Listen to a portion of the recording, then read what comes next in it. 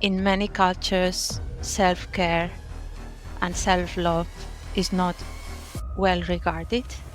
There's a stigma around being selfish and self-centered. I want to challenge that because, well, there's always this metaphor about everybody needs their oxygen mask when you're flying and something goes wrong before you can help other people.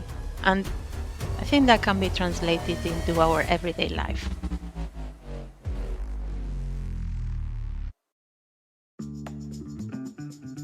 From the city of Peaky Blinders, Birmingham, England, I would like to introduce you to Paddy Dandar. As the world becomes more automated and the robots take over, it's imperative that we build the right human skills for the future. So pull up a chair, grab a samosa or two, and make yourself very uncomfortable. Hey Aras, thank you so much for joining me today. Welcome to the podcast. And which superpower would you like to bring to this particular episode? Hi, Patty. Thank you for having me. I would like to talk about love, LOVE. As a superpower related to self-care. Oh, what a lovely, lovely superpower that is. And I was thinking for a moment, she's going to say maybe from a romantic point of view. So bringing more romance into the world of work. But you mentioned there about self-care. So that's a different look at things. So yeah, we're really excited to delve into that. But before that, Ara, where are you based? Because I didn't even ask you that before the show. So this is exciting for me. Um, I don't sound like I'm based in London, but I am based in London. I came 22 years ago in November. So Wow. here I am. Wow. Where did you come from originally then? Well, I came from Dublin when I came to London, and I went to Dublin from Madrid. And I went to Madrid from Barcelona after having spent a year in Paris. But I am from Barcelona. Oh, wow. One of my most favorite places on the planet. I love Barcelona because it's like a really nice city break, especially for us Brits when we want to find somewhere warm, cool people, and you've got great architecture, and you've even got the beach as well. And I think it's just got everything, hasn't it? Barcelona as a city.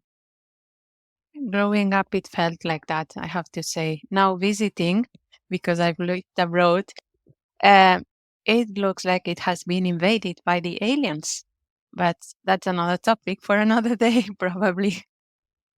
It's it's certainly busy. That's what I'll say. Whenever I've been, it's sort of always rampacked. And and it looks like there aren't many locals left. Mhm. When I visit, I am a bit sad. Well, because you're all coming here to London now. Hey, what's going on?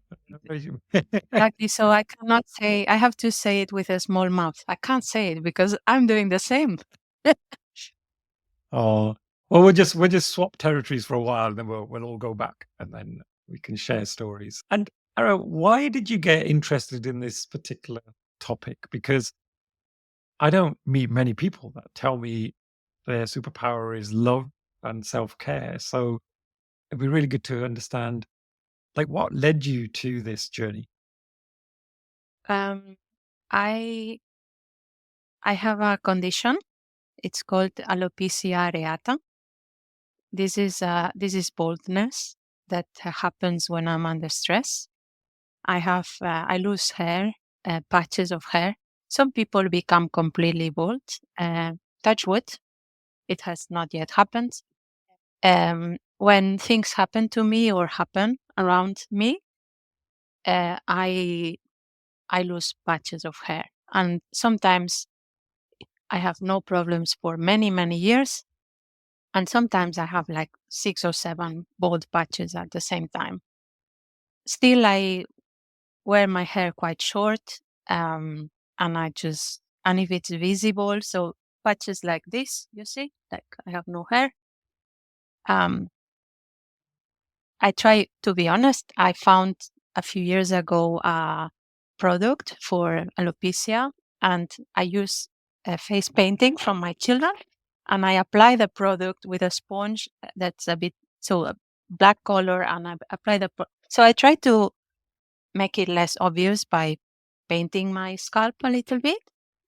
But when I sweat, or because I cycle a lot in London and I remove my scarf that I wear under the helmet, and if the paint has been removed and I can show the patch, it's like I'm not I'm not that stressed. That doesn't stress me. Other things stress me. So being able to be present for other people and looking after other people and being ready to do a good job, um, in my way of thinking or my understanding, necessitates, it has the prerequisite, if we speak in BA terms, of having looked after yourself and having centered yourself so you are ready to go.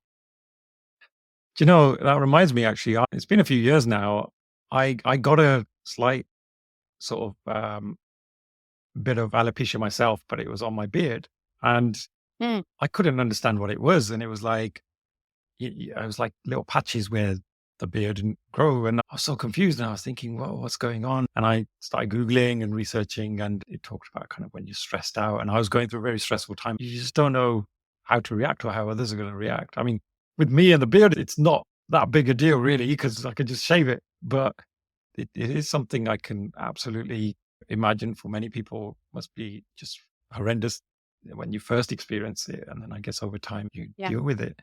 And you've written a book as well, haven't you, Yes. on this topic? And it's called And How, A Guide to Self-Care, Self-Leadership and Purpose. It's self-help, a guide to self-help, self-leadership, and purpose. Maybe I miswrote it somewhere else because I'm also a little bit dyslexic, so I tend to make silly mistakes like that. So I hope I didn't mislead you. No, absolutely not. And in terms of the book then, I mean, it's not easy writing a book, right? So the fact that whenever I speak to a guest who's an author, I have the utmost respect because it takes a lot of effort, a lot of hours of writing and thinking and dilemmas, and that's a whole journey in itself. So, it's a very dedicated process. You've taken this approach of self leadership and purpose. Could you share a bit more about that, like the intent behind the book and how this all relates to one another?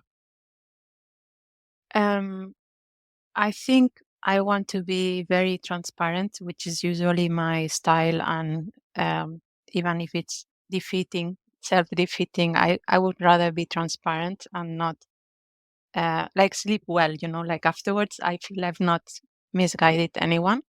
Um, I see the book as a marketing vehicle. It's an opportunity to discuss topics, and it's an opportunity to network, and it's an opportunity to meet people and to be present in circles and in front of groups.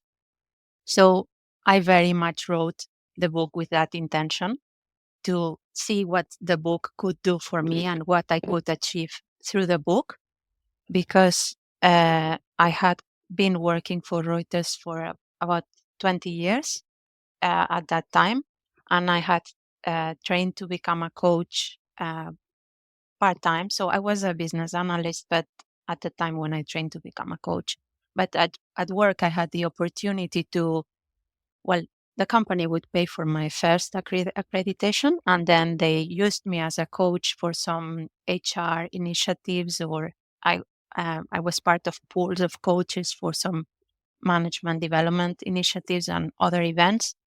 Um, and as I was approaching my 20th anniversary, I went through a lot of reflection about the skills that I had developed and the experience that I had. And I had this gratitude moment as well of connecting with certain groups of people I had worked with in Dublin or in Spain or in London.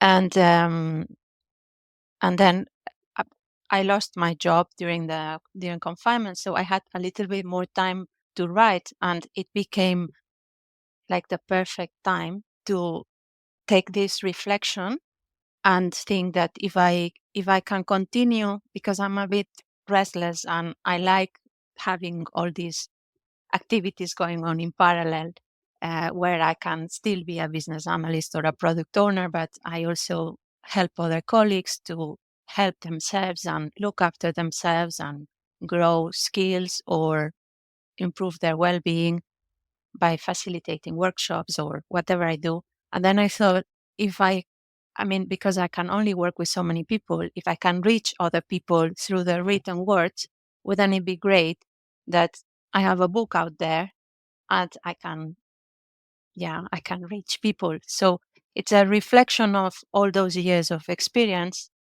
and also becoming like a middle-aged lady who has something to tell and then having the intention of spreading the love. Oh, I really respect you for being so open and transparent about that. And absolutely, I think a lot of authors are hoping that they're able to spread that word and then it leads to more work or at least building their brand in some way or other. So there's nothing wrong with that. That's awesome. And in terms of the book, then, could you tell us a little bit about, who would find value from this book and how will it help somebody? I have been told multiple times the benefits of identifying a buyer persona and speaking to one persona. And because I also did user experience design, so I have a certificate or a diploma for that, and in business school, marketing, etc. But being more of a generalist in my life, I struggle to go after just one person. And also, I like people so much that I see sometimes what they have in common more than what distinguishes one person. Having said that, when I was working as a coach, I realized that the people that I could help the most were those that were going through transition. And that means that often, like the two buyer personas that resonated more with my coaching work were either people who were in their early careers, but not anybody who's in their early careers, a, like a switched on early careers person. One of those people that come from uni or from whatever training or preparation to enter the workforce. And after a year or a year and a half, and they've started to settle, they still have the hunger that they came with, and they want to start figuring out what are the rules of the game. How do I take myself farther? Because this is not moving fast enough for me. So this is one type of persona who benefits from this sort of work, but equally, well, I've worked with many women who transition their motherhood or they've gone through more of a like entering menopause. What am I going to do with the rest of my working years? Or also, I'm an individual contributor. I'm moving to a managerial role, and now my focus is not delivering my own work, but enabling others. So, what do I need to develop in myself, and how do I need to turn up to get the best out of other people? So transitions, which again is quite generic, but transitions are the sweet spot of work for me. Oh, nice. And if I am thinking about using this superpower and I'm a busy professional, got lots going on, how do I use love and self care to make my life better at work? The initial answer that comes to mind, my problem is that usually I can think of like 5 things I want to say, 2 questions, but the initial answer that comes to mind is the importance of dealing with limiting beliefs that we often have. And in many cultures, self care and self love is not well regarded. There's a stigma around being selfish and self centered. And yeah, like it's not the right thing to do, that you should be serving your community, be there for your family, for your partner, for your parents, and clearly for your job. But I want to challenge that because well, there's always this metaphor that has been used for many years about everybody needs their oxygen mask when you're flying and something goes wrong before you can help other people. And I think that can be translated into our everyday life. We really need to see how we can be at our best. And it takes a degree of awareness and work and routine and discipline, which also limits the amount of self care. So it's not about that becoming the only thing we do in our life. How much is enough? But but we do need a little bit of that. When you're helping others be more self-conscious about how they treat themselves, where do you start? Like, what are some small steps that someone like myself could start with? Is it things like meditation? Is it things like exercise? Like, what are some of those small steps that I could take? I try to avoid being prescriptive. It's not my style to give formulas to people to follow. Um, a very standard way of working with people to a very standard way of starting work with people is to do a values exercise so that you can have a very interesting conversation around what people care most about and what they see their mission and their brand being. You can always link enabling people being at their best to achieve what is meaningful for them. And then when you build rapport with people and when you listen to what's important to them and they tell you a little bit about their life, their routines, it's easy to afterwards weave into the conversation questions where you can either challenge actions and decisions that they make that are contradictory to what they say.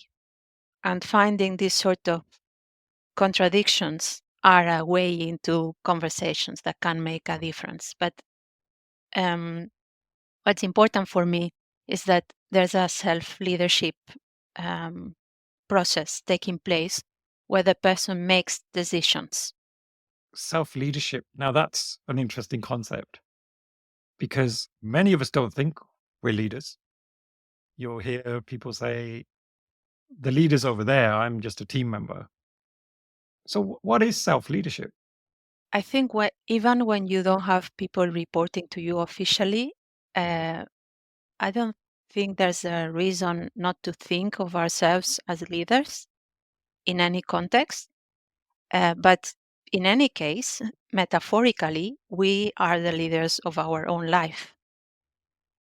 It's another cultural and societal construct that makes us sometimes give up this superpower of being our own leaders and thinking that we are constantly following direction while we have so much choice and we have voice about so many topics in our relationships and in our job and with families.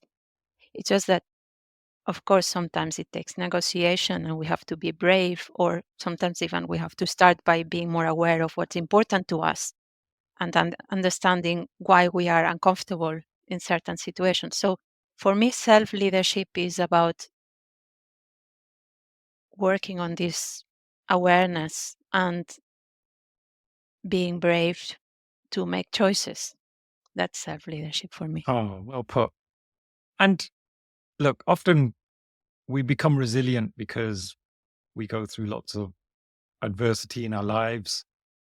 But I believe that you say there are other kind of ways to learn lessons than having to go through those harsh experiences. Could you tell us a bit more about that? I am under the impression that because we don't react to experience the same way, some people bury their head under the sand and just pretend things don't happen. Therefore, they don't learn. I don't think even going through the experiences teaches people.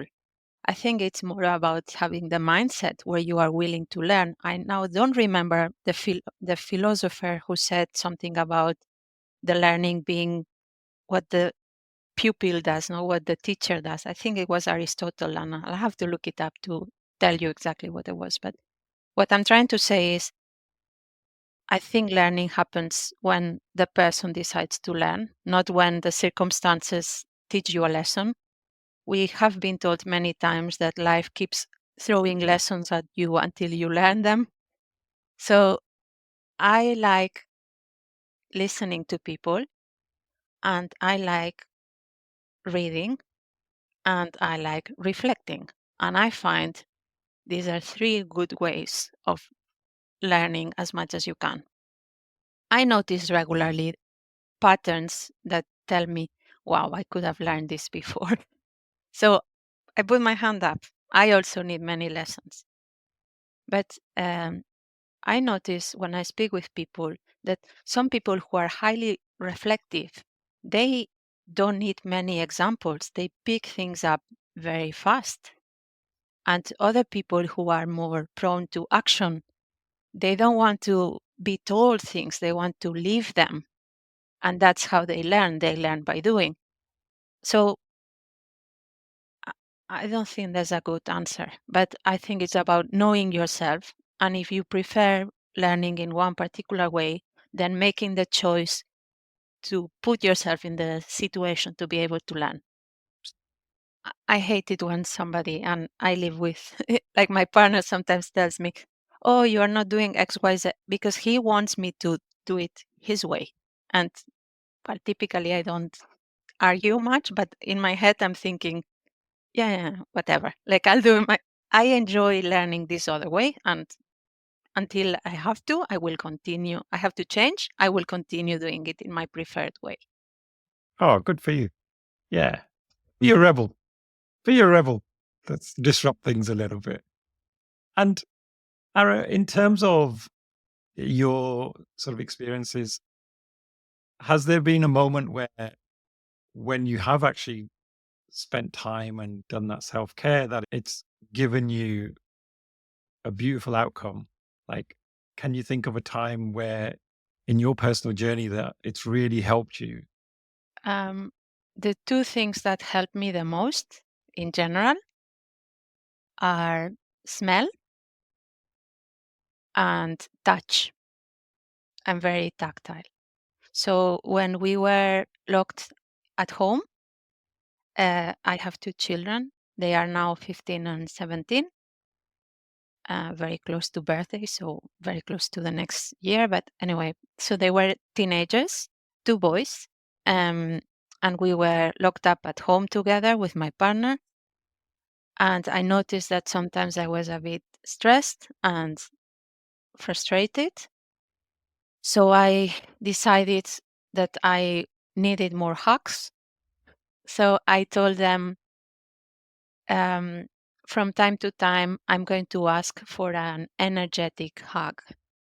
I need you to hug me from time to time, just for me to self regulate. Well, actually, it's not self, it's with help, but you know what I mean? Like for me to calm down a little bit, from time to time, I need a hug. So just be ready. It doesn't matter what you're doing, but from time to time, I'll just come around and I'll say, I need an energetic hug. And obviously, they've known me since they were born. So they're used to a mom who caresses them and touches them, even though, of course, now it's a bit like uncomfortable and it's enough, mom. That's it. But they played along. And when I noticed I was a bit, so I would go and say, "Mm, hug, hug, please." And I sustain the hug. It's not about quick pat in the shoulders, like that's it. I'm feeling so stiff as a board, and I'm uncomfortable when you're in my space. No, I like feeling the other person and breathing and just holding them for a few moments, and that centers me a lot. And with smell, I use lavender body lotion. So for me, even a working mom, and sometimes not having time to even have a shower. There's like shower in 2 minutes, in and out, and get ready, go to the next job. But 2 minutes of putting body lotion that smells like lavender just makes me feel that I'm looking after myself. And it just brings me back to my, like to me and to loving myself, and then gives me this energy to be there for other people. Oh, wow. So, What yeah. lovely stories. And it started reminding me of a few things in my life as well. So, my son, he's 12, and I have a 15-year-old daughter. And they're the same in terms of, my son, he still has a hug with his mum, but my daughter's very sort of sidey hugs at the moment. They're not like they were when they were like 5 or 6, when they just come running to you and give you this big tight hug. And me and my son, we take forever in the shower. That's what we be told. My wife's exactly like you. She's got 101 things on her mind. She'll be in and out, and she's forever telling us like, "You guys, I don't know why you spend so long." And I'm like, "It's my thinking time. I just need to relax my mind for a bit." And my son, God knows what he's doing. He's like, you can hear him singing and all sorts. So he loves his shower time. It just Yeah, reminded me of that. it's important time to yeah, to make you feel that you're connecting with yourself, and you can be playful and fantasize, or plan for things, or celebrate. Yeah, Yeah. clearly too much self-care goes on, I think, in our heads. So maybe we need to tone it down a bit, and so we'll get a bit less on that. But yeah, she certainly says that. And so in terms of relating this back to BAs, so business analysis is a stressful job at times, isn't it? Do you Yeah. find that when you're speaking to other BAs that, they're in need of self-care, and what would you say makes them so stressed? Like, what are some of the things that really cause BAs a lot of pain? Well, obviously, I'm going to answer based on the experience of people that I have seen, and possibly I will not represent all the BAs in the world. But from what I have seen working in financial services type of companies, in a few departments of the same company, or now in a new company in the last 3.5 years, um, what I understand the role of a BA, product owner, product manager, is often requires competing priorities and conflicting perspectives. I am a big fan of looking for ways to integrate those perspectives and bring the priorities to the surface, and try to find a way to reconcile people.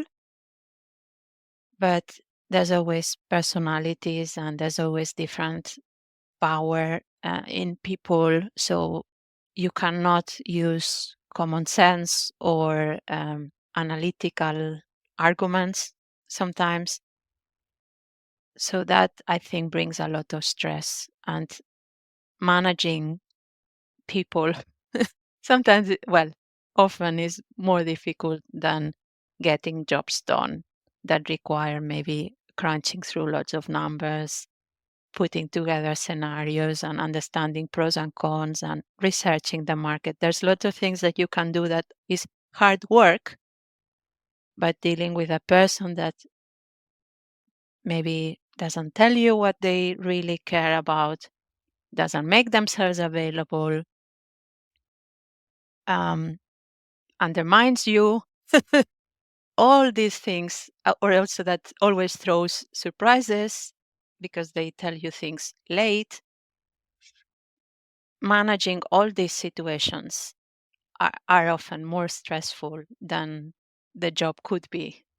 And well, I think I don't want to leave you with this negative part. So it's about becoming aware, and also sometimes building allies, like developing relationships. So we have allies, and we can almost like gang up on certain people by working together and trying to facilitate conversations and processes and extracting information.